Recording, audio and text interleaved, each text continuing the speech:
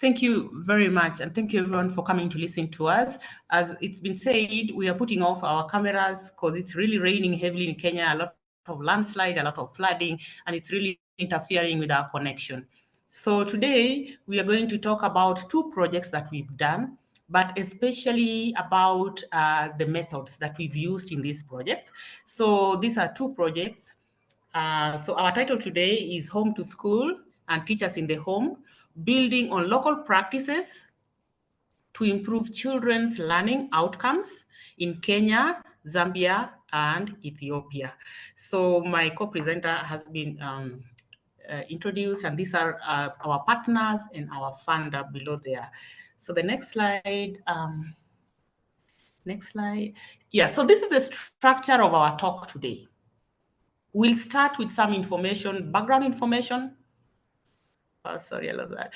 And introduction.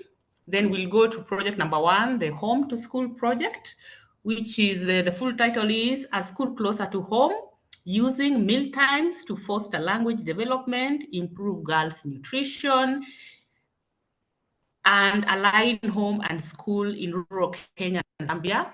Then we are going to talk about our second project, which is Teachers in the Home. And the full title of that project is Teachers in the Home, Strategies Children Use in Promoting School Readiness in Their Younger Siblings in Kenya and Ethiopia. Then later on, we are going to talk about the processes we use to engage the communities that we worked in. Thank you. Next. So our research background. So our problem, this is a problem that has really been persistent. I lost the slide. It has been persistent that despite growing school attendance, many children in sub-Saharan Africa continue to perform poorly in academic tasks. This is a very, very persistent problem. There are many reasons for the children in this area performing poorly in academic tasks, but we just highlight two reasons. One of the reasons is that there are traditional socialization practices that differ greatly from teaching practices in academic settings. So how they are motivated and taught at home differ quite drastically in how they're motivated and taught in school. Two is that parents in African communities, although they are very, very eager to support their children education, they lack the requisite knowledge to do so. That has been found out by research. These parents know the importance of school for their children. They know how it really makes the children have better chances in life, be able to survive successfully in this global village, but many times they lack the foundation, the knowledge, requisite knowledge to help their children succeed in school. Next slide. So this is our approach. Our approach in these two projects was to create sustainable practitioner and family networks that would support children's learning and nutrition, and that would facilitate research that feeds into evidence-based for education and public health services. The kind of evidence that is immediately useful to the community that it's generated from, not evidence that comes from other areas of the world and is superimposed on a community that maybe finds it strange and not useful. Next slide.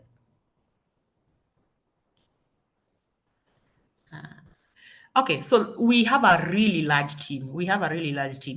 Laura Shapiro, for the Home to School project and all this project, Laura Shapiro is our principal investigator. She's on the call. She's based at Aston University, UK.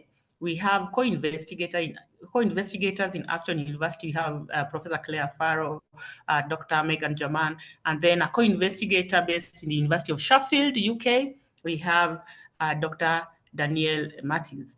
Then we have co-investigators based in University of Zambia, Dr. Hatembo Moya and Dr. Barna Simatende, co-investigators based in University of Gonda, Misai Mulate, and us.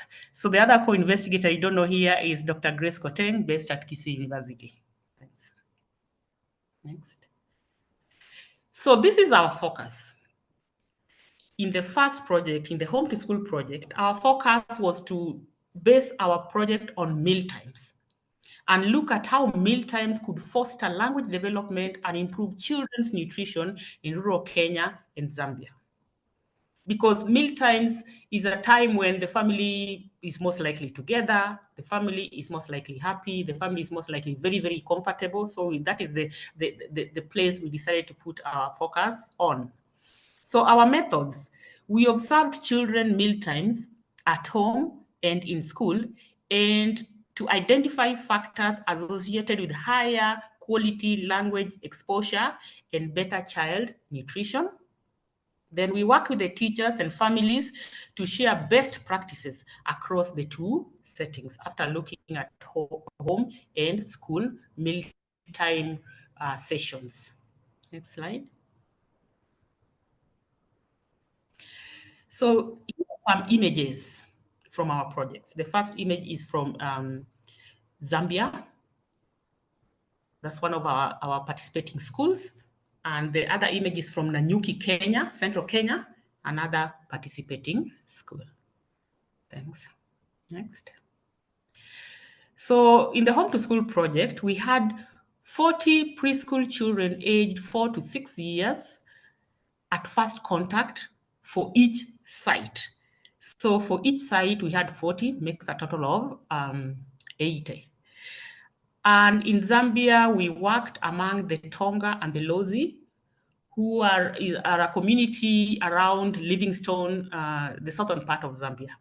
In Kenya, we worked with the community, Kikuyu community in Central Province, and Nanyuki is part of Central Province. So this is the kind of data that we have. We have background data, social demographic data, and mealtime background. Our background data is social demographic data and mealtime settings data. So we have a 24-hour data recall data. We have reading habits data, video recordings of mealtimes at home and in school.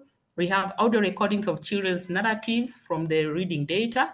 And we have anthropomorphic measures of the children who we worked with. Next. And in the teachers in the home, our focus was on how we looked at how we could use peer-to-peer teaching to improve children's learning outcomes in Kenya and Ethiopia. So the methods, we observed siblings as they interacted with each other around their homes. And we tried to identify situations and methods which would be adapted to support children's learning in school. And this is something we had gotten out of our literature, that this is a common childcare strategy used in African families, where older siblings are allowed to take charge of their younger siblings in multi-age play groups. So they're allowed to go out and play and care for the children in those play groups. So that's, we wanted to observe that African traditional practice. Next slide.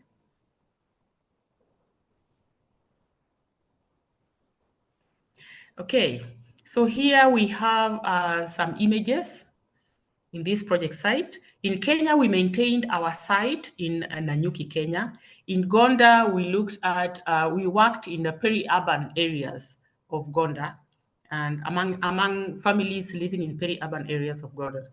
So in these teachers in the home, the participants were 10 pre and primary school children and their older siblings at each site. So we sampled children who had older siblings already going in school to school. So we worked with the Amharic in Ethiopia, and with the Amhara in Ethiopia, and with the Kikuyu in Kenya. So the data we have is for the background social demographic data and child activities. We observed the children and we made video recordings of the children's interactions at home. Next slide. So this is where I hand over to my colleague, Henriette, to continue with the presentations. Thank you. Okay, thank you very much, Pam. So now that Pam has already told you what we did and why we did it, I'm going to tell you a little bit more about how we did it, because I think that's also one of the focus areas of this seminar. And basically, that could be summed up in one sentence, which is we engaged the local communities. And we tried to do that throughout the process, starting from recruitment through data collection, data processing, now all the way up to an intervention, which we hope to develop in the very near future. So for the recruitment, we enlisted the help of local preschool teachers that we had been in contact with before. So all of us had been working here in Kenya for quite a long time. So we knew the schools, we knew the teachers there. And through the teachers, we basically were able to access the families now. So we talked to the teachers first, explained our project, and then the teachers took that knowledge to parent meetings and talked about what we are planning to do and saw whether any families would volunteer to join the project. And in fact, we got more people who wanted to join than we could accommodate. So this is a method which worked really, really well, but it's one that takes time. So if you need a project with a lot of families involved and collecting fairly private data, such as video recordings, it really helps to work with people who have been on the ground, who know the communities, who are known to the communities, to be your door opener and build a trusting relationship to whoever you need to work with you. So for data collection, we continued working with people on the ground. So we had local assistants that we recruited from the communities, in addition to the preschool teachers who joined our team at the very beginning. So we didn't pick university students who would come from other places and then maybe travel to the field site, but we really took people who actually lived in the communities and worked with them, which meant they were known to participants. So participants were much more free with them, much more relaxed. But also it means they were people who actually knew the local background, who could interpret things that happened, who spoke all the languages that are spoken here, because for those of you who've been working in Africa for some time, you know that usually one language is not enough. So we worked with these assistants to basically do pretty much everything throughout the project. So we co-developed the questionnaires with them, made sure the questions actually made sense, and they were asked in a way that people would understand. And also, since we can't always assume that people are literate, we used interview methods. So we sent our assistants out, they met with the families and they asked the questions and completed the questionnaires, which is a lot more work and a lot more time consuming than just sending out a link and asking people to complete online questionnaires. But in areas where you might find people who don't have phones, who don't have network, or who don't even know how to read, that's the only way to go. Now, once we had collected the data, again, we relied heavily on local assistants to process it. So we picked the ones who were fluent in all the relevant languages, plus in English, because the rest of the team also needed to be able to follow what was actually happening, to do the transcriptions, and then also translation. Just a small note here, the translations were really just to guide us through the process and for the entire team to follow what's happening, to see what's going on. But the coding that happened later was all done by the local assistants on the original data. So we did not use translations to code or analyze the data.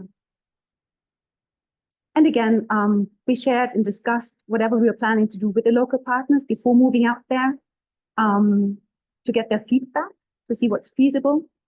For instance, we were really planning to have observations at dinner times for the Home to School project, because that's the time when the whole family would be together. But everybody in the end agreed that that would not be a good moment to interfere, because it's a very private time. And also it's dark and it's not very safe for people to move around, and intruding in homes after dark is something that people would not be happy with. So we made a compromise and had 2 mealtime recordings during lunchtime at home. And then we had one other one during weekends when we could also make sure that the whole family would be around. But of course, that is something which we always have to keep in the back of our minds now that we look at the data to see that this might not be the same thing that's happening at dinner time. We use questionnaires to check how typical the mealtime was to get a feeling for the validity of our data. But of course, you always have to find a way to keep everybody happy.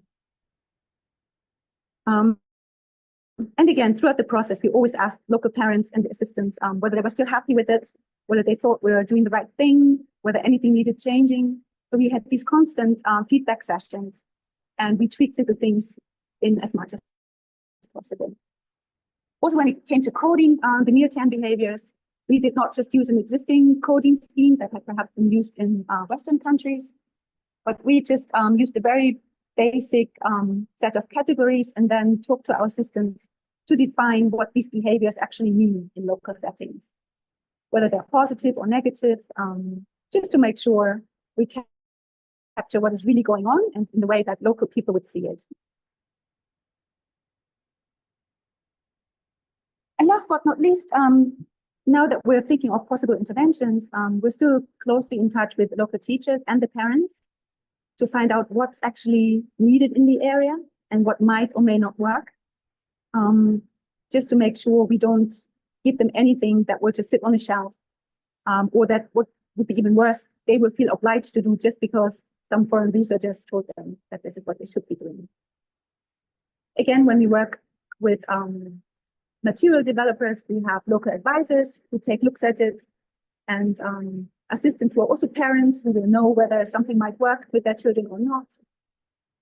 And for sharing the results and making sure they get spread, we don't just rely on the internet, but we also involve local organizations on the ground, such as women's groups or church groups, to share the results.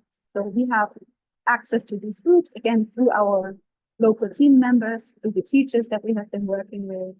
And by accessing these groups and telling them about what we found, we'll be able to really share our results and get them back to the people who helped us find these results in the first place. So that's already it in terms of content and the things that I have to say.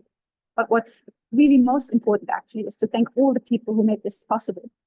Obviously the funders, that's also why they're there on the first slide, and all the PIs and the researchers involved. But most importantly, our local partners, because without them, none of that would have been possible.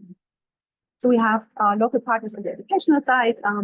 There's a company called EduTap Africa, Patrick and Michael, who's been essential in the Teachers in the Home project. Then, of course, our teachers, both in Zambia and here in Kenya, that have been crucial for opening up the doors to the communities and giving us feedback about what they think works, what doesn't.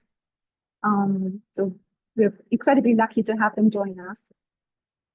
And then, of course, last but definitely not least, our research assistants in all the countries who did all the groundwork and who made sure that we actually have data today.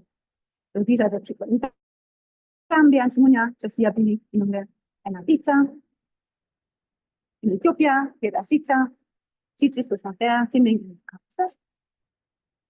And our Kenyan team, Steve, Carol, Robert, John, and Dennis, who really made clear that this project all depends on them and that they're the ones carrying all the work and making things happen. So huge thank you to all of them, and big thank you also to you for listening.